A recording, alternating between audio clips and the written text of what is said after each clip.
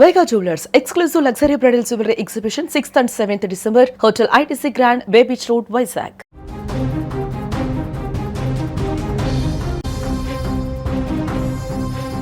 మెడలో బంగారం వేసుకుని బయటికి వెళ్తున్నారా?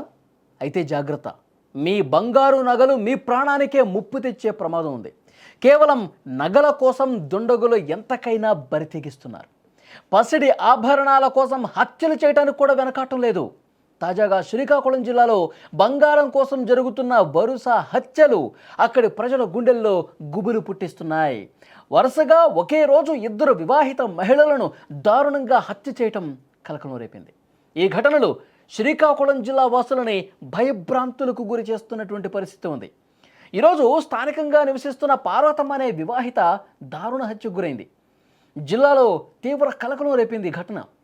దుండగులు పార్వతమ్మ మెడలో ఉన్న బంగారాన్ని దోచేసుకుని ఆ తర్వాత దారుణంగా హత్య చేసి గుర్తుపట్టకుండా ఉండటం కోసం ఆమె మృతదేహానికి ఏకంగా నిప్పంటించారు. అంతటితో ఆగల, ఆ మృతదేహాన్ని తీసుకెళ్లి బావిలో పడేశారు. ఎంత దుర్మార్గంగా ప్రయత్నం చేశారు చూడండి. అంటే తాము చోరీ చేసిన విషయం బయటికి తెలియకుండా ఉండటం కోసం హత్య చేయటం, ఆ మృతదేహం కూడా కనిపించకూడదు, ఆ మృతదేహం ఎవరు అనేది కూడా తెలియకుండా ఉండటం కోసం కాల్చటం, బావిలో పడేయటం. ఇలాంటి క్రిమినల్స్ పెరిగిపోతూ ఉన్నారు సమాజంలో. డబ్బు కోసం, నగల కోసం దుండగులు ఎంతకైనా తెగిస్తారు అనటానికి ఇది ఒక నిదర్శనంగా కనిపిస్తోంది. దుర్మార్గంగా ఆలోచిస్తూ ఉన్నారు. కొద్ది గంటల వ్యవధిలోనే, ఇదే రోజు ఈ ఘటన జరిగిన కొద్ది గంటల్లోనే తులసిరత్నం అనే మరో వివాహిత హత్యకు గురైంది. ఆమెను దుండగులు గట్టి తాడుతో పీక నులిమి చంపేసినట్టుగా పోలీసులు గుర్తించారు. ఈ రెండు ఘటనల్లో కూడా దోపిడీనే ప్రధాన లక్ష్యంగా కనిపిస్తోంది. సిక్కోలు వాసులు తీవ్ర ఆందోళనలో ఉన్నారు. వరుసగా జరుగుతున్న ఈ హత్యలు జిల్లా పోలీసులకు పెద్ద సవాలుగా మారాయి. బంగారు ఆభరణాల కోసమే ఈ రెండు హత్యలు జరిగాయా, లేకపోతే దీని వెనకాల ఇంకేమైనా వ్యక్తిగత కక్షలు, కార్పణ్యాలు ఏమైనా ఉన్నాయా అనే కోణంలో అన్ని కోణాలు కూడా దర్యాప్తు చేస్తూ ఉన్నారు పోలీసులు. జిల్లా ప్రజలకు భరోసా కల్పించేందుకు హంతకులను త్వరగానే పట్టుకుంటాం, ప్రత్యేక బృందాలు రంగంలోకి దిగాయని చెప్తున్నారు. పోలీసులు నగరం మొత్తం కూడా జల్లెడ పడతా ఉన్నారు.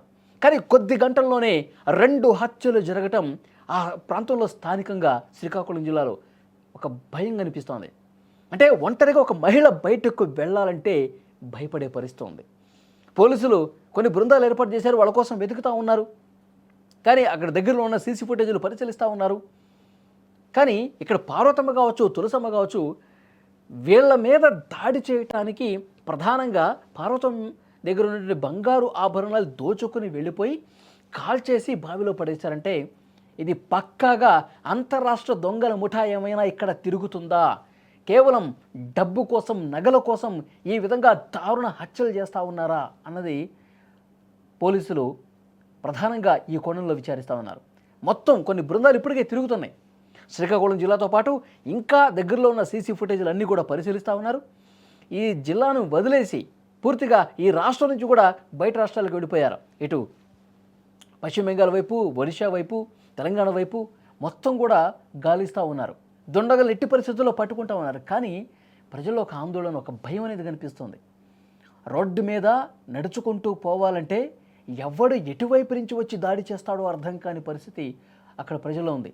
ఎవరన్నా బయటికి వెళ్తే తోడు ఎవరినైనా తీసుకుని వెళ్తే బెటరేమో అన్న ఆందోళన అక్కడ స్థానికంగా కనిపిస్తుంది. సో ఏదేమైనప్పటికీ కొద్ది గంటల వ్యవధిలో రెండు హత్యలు జరగటం, ఇద్దరు మహిళలు దారుణంగా హత్య గావించబడటం స్థానికంగా తీవ్ర దుమారం రేపింది, కలకలం రేపుతోంది. ఒక భయం అనేది కనిపిస్తోంది.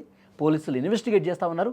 ఆ దుండగుల్ని పట్టుకున్న తర్వాత వాస్తవాలు ఇంకా బయటకు వస్తాయి. నిజంగా వాళ్ళకి తెలిసిన వ్యక్తుల, లేదు అంటే కనుక అంతరాష్ట్ర దొంగల ముఠాన ఎవరి పని అనేది కూడా మరికొద్ది గంటల్లోనే బయటకు వచ్చే అవకాశం ఉంది.